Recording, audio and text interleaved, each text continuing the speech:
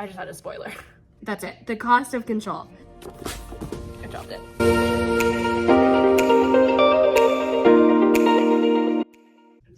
Hello and welcome to a new reading vlog. It has been a little while and that's partly my fault, but it's also been a crazy few weeks. I got sick and then I had to get caught back up on work and housework and all the things. So I am just now getting back up to doing a reading vlog and I've missed you guys. And I'm so excited that you're here and I'm going to take you along on the journey. I have quite a few books that I'm currently in the middle of. So it's going to kind of be this reading vlog is going through my books that I'm in the middle of and finishing them. For instance, I currently have a Nancy Drew book. I'm reading, I guess rereading all of the Nancy Drew books just kind of as I find them, and for funsies, I find them to be good palate cleansers.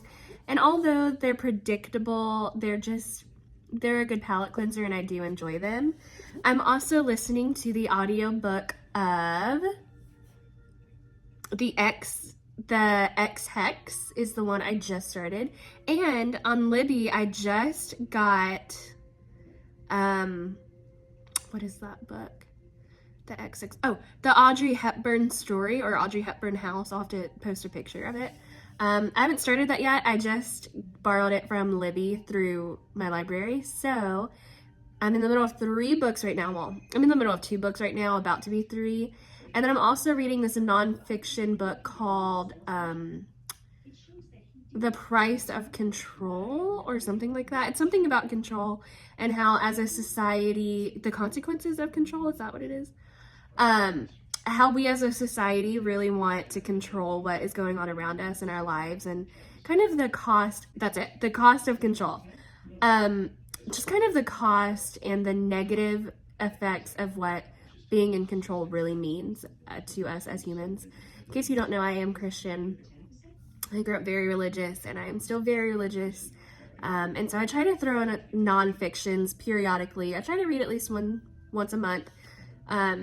Just to help my spirituality and help me as a leader. So those are the 4 books that I'm talking about right now, and I might start another one, who knows. I am just really like in a reading mood right now, if that makes sense. I want to read everything, so I have everything started, and I'm so excited because Apprentice to the Villain comes out next Sunday or Tuesday. I don't remember which, and I already have it pre-ordered, so it's going to be coming in the mail soon, and I'm so excited to get my hands on that book. So I'm going to get some reading done, and I will meet up with you guys in a little bit.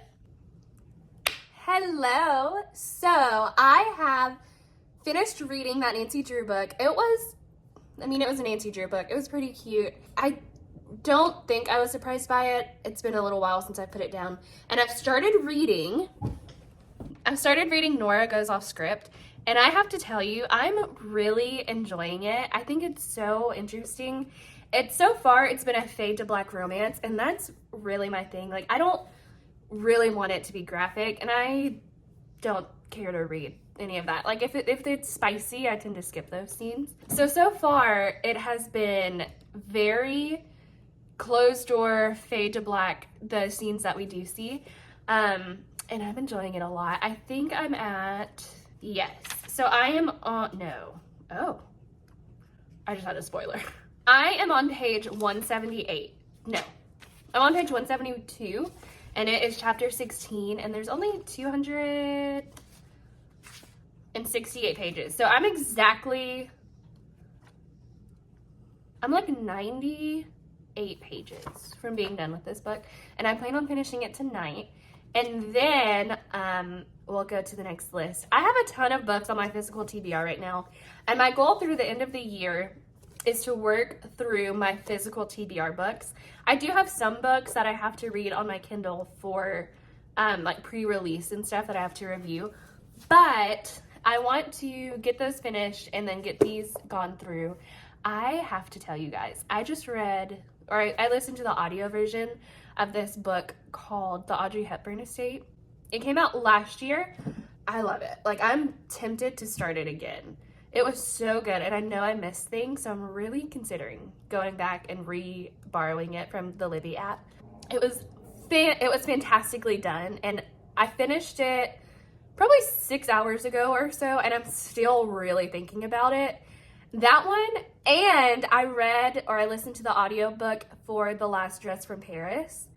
Again, it was a Libby find. I needed something to listen to on my drive to work, and it was available to borrow, and so I did. And these two books are incredible. The Audrey Hepburn estate is about a woman who grew up over a garage, and her parents worked for this rich family, quite like the movie Sabrina, and how Audrey Hepburn's character Sabrina lives over the garage. Her dad's the chauffeur, and she grows up playing with the neighbor kid. So not the neighbor kid, but she grows up playing and hanging out with Henry, who is the grandson of the family that her parents are.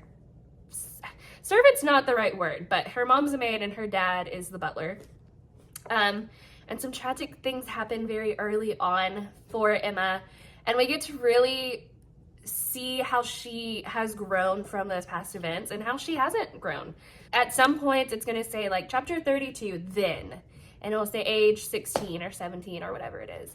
And it'll say chapter 37 now, and it brings you back to presently where they are. And I love that. I love being able to get the backstory and the present story.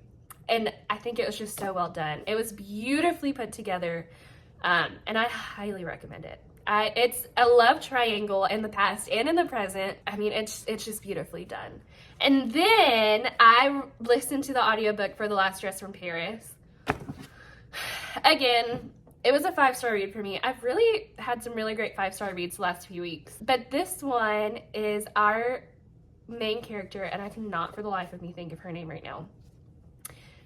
Her grandmother is elderly, and she asks her granddaughter to go to Paris and bring home the last Dior dress that she wore.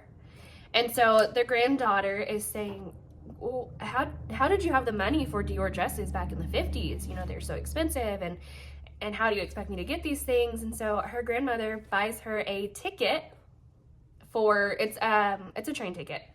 And it's set overseas, so she's going from England to Paris. But her grandmother buys her a ticket to Paris, and she puts her up at this really swanky hotel, and there we get to discover the grandmother's past along with her granddaughter. So it's dual timeline, dual POV, basically. So like chapter 1 is in the perspective of the granddaughter, and I think like chapter 5's perspective of the grandmother at the time these dresses were worn. And there are 5 or 6 dresses in total, and they all have a calling card on them that tell you when the dress was worn and where it was worn and the name of the dress. And it's so interesting to see the history of these dresses and how fashion eludes time and how class and classism still plays a part even as early as, like, even as late as now. It's such a prominent feature in our society, and especially in the 1950s when the grandmother's name is Alice, when she was living through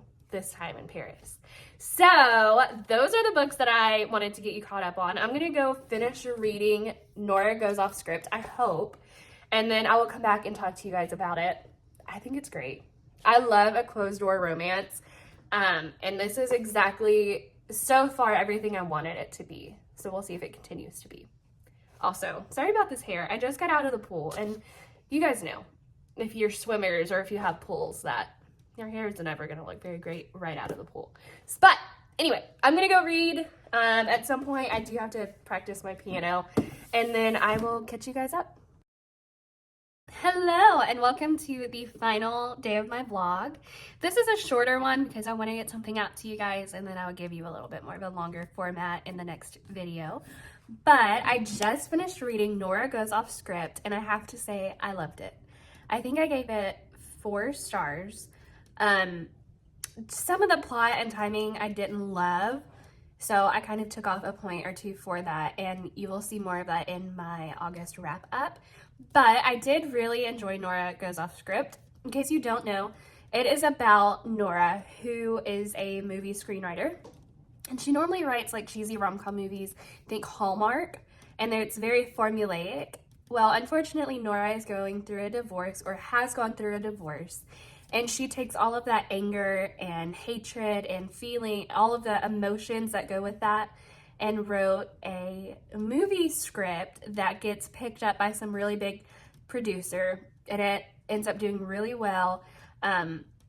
But the premise is the main character who plays her ex-husband in the movie decides that he wants to take some time away from Hollywood, and his name is Leo. So Leo stays in Nora's tea house, which is the name of the script and movie she goes on to produce, and they have a love affair. And so the whole book is about her love affair with Leo and what this means for them and her life moving forward after her divorce. There are some things in that I think we could have done without, but I understand why they were there. So for that, I think I gave it 3.75 stars or 4 stars. I don't remember my rating. But I do recommend it. It was very sweet. It was a closed door romance, and I really enjoyed it. The last book I'm picking up for this reading vlog is The Dead Romantics by Ashley Paston. I dropped it. Ashley Paston. I had a friend at work not introduce me to this book, but I had a friend at work recommend this book, so I'm going to read it, and then we are going to talk about it. Yes, I dropped the book again. No, you didn't see it that time. So I will be reading this, giving you my thoughts, and I'm also editing this video so we can have it up. I know it's been a while. I plan on getting back on my schedule. It's been crazy. I will see you guys in a little bit once I am a little ways into this book and give you my thoughts as we go along.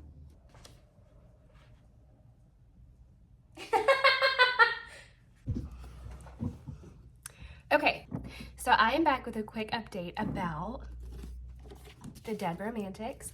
I am on page 160. I am at The Undertaker's Daughters. So I am about 40% of the way through, I think, and I'm really enjoying this book. I didn't know what to think going into it. I went into it pretty blind, and so a friend at work recommended it to me, and that she just said that she liked it and she thought I would like it, and that was about it. So I bought it.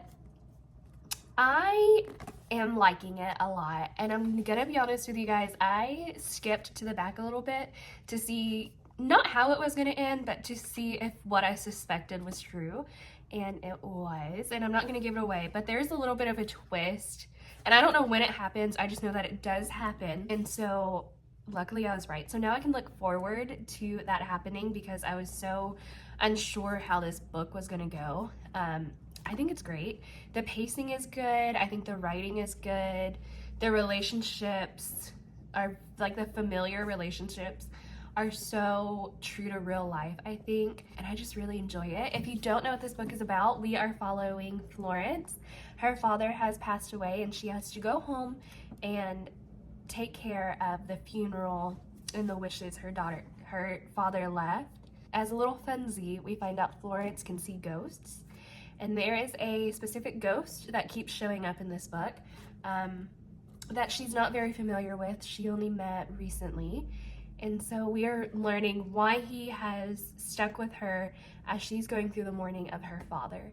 And so it's a lot of real life family and some situations that are very true to life, and I think it's a great read for anyone who's looking for something a little more lighthearted. But if you're an English major like I was, you can definitely see the subcontext of this book within the pages. So I'm gonna go do some reading. Today I've just been cleaning off my phone. I have a lot of like videos and pictures and emails and just things I need to clean. But I'm gonna get back into this book and I will catch up with you guys in a little bit. Good morning. It is Monday morning and I just got to work.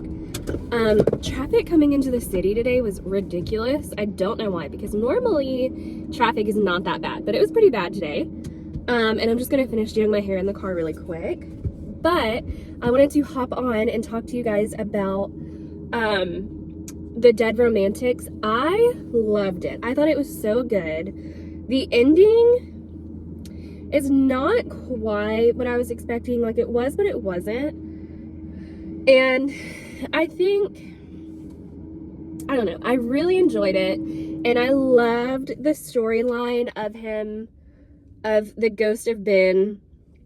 My problem with the ending was you spend all this time with these characters, and these characters spend so much time together for them to act like they don't know each other by the end of it. And that's not a spoiler because I'm not telling you what characters I'm talking about. But I hate the trope of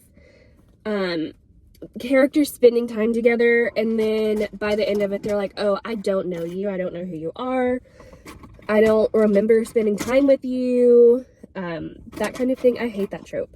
Like, just admit that you spent time with this person and you enjoyed spending time with this person. Don't make it about ego, you know? So that was my only problem. I think I gave it a 4-star. It may have been a 3.5 star. I don't remember which. It was either 3.5 or 4. And I'm sorry about this angle. I wish I could give you a better angle. P.S. If you have watched to the end of this video, I want you to tell me what you're reading right now and what you're loving about it, because I'm always looking for book recs and I want to know what you guys are reading. This isn't all about me. It's community we're building. Anyway, I will see you guys in a little bit.